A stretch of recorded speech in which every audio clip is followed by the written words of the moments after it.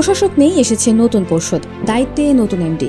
তাহলে কি এবার সত্যিই ঘুরে দাঁড়াবে সম্মিলিত ইসলামী ব্যাংক, নাকি নাম আর ব্যবস্থাপনা বদলালেও পুরনো সংকটেই আটকে থাকবে নতুন এই ব্যাংকটির পথ চলা?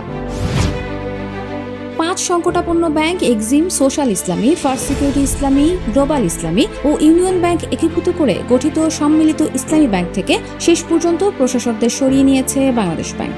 গত 30 জুলাই এক্সিম ব্যাংক দিয়ে শুরু হওয়া প্রশাসক প্রত্যাহার প্রক্রিয়া শেষ হয়েছে 13ই আগস্ট ইউনিয়ন ও গ্লোবাল ইসলামী ব্যাংককে দিয়ে। অর্থাৎ এখন থেকে ব্যাংক পরিচালনার মূল দায়িত্ব পর্ষদ ও ব্যবস্থাপনার।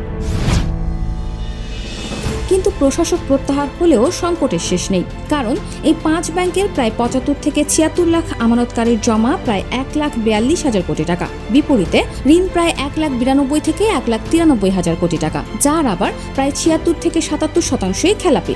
অর্থাৎ আমানতকারীর টাকা ফেরত দিতে যে ব্যাংককে সবচেয়ে বেশি ঋণ আদায় করতে হবে, সেই ব্যাংকের ঋণ ভাণ্ডারের বড় অংশই খেলাপি।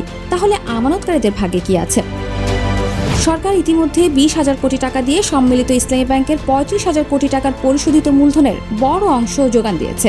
বাকি 15,000 কোটি টাকা আমানতকারীদের শেয়ারে রূপান্তরের পরিকল্পনা রয়েছে।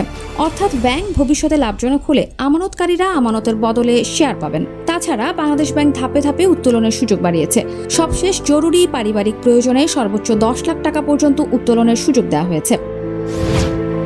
কিন্তু তারপরও 1,42,000 কোটি টাকা আমানতের দায় থেকে বের হওয়া মুখের কথা নয়। সারা দেশে এই 5 ব্যাংকের 760টি শাখা, 698টি উপশাখা, 511টি এজেন্ট ব্যাংকিং আউটলেট এবং 975টি এটিএম বুথ রয়েছে। এত বড় নেটওয়ার্ক এখন একীভূত করে প্রযুক্তি, মানব সম্পদ ও ব্যবস্থাপনার দিক থেকে একটি ব্যাংকে পরিণত করাটাও বড় চ্যালেঞ্জ। প্রশাসক চলে গেছেন, এবার আমানতকারীদের টাকা ফেরানোর পালা।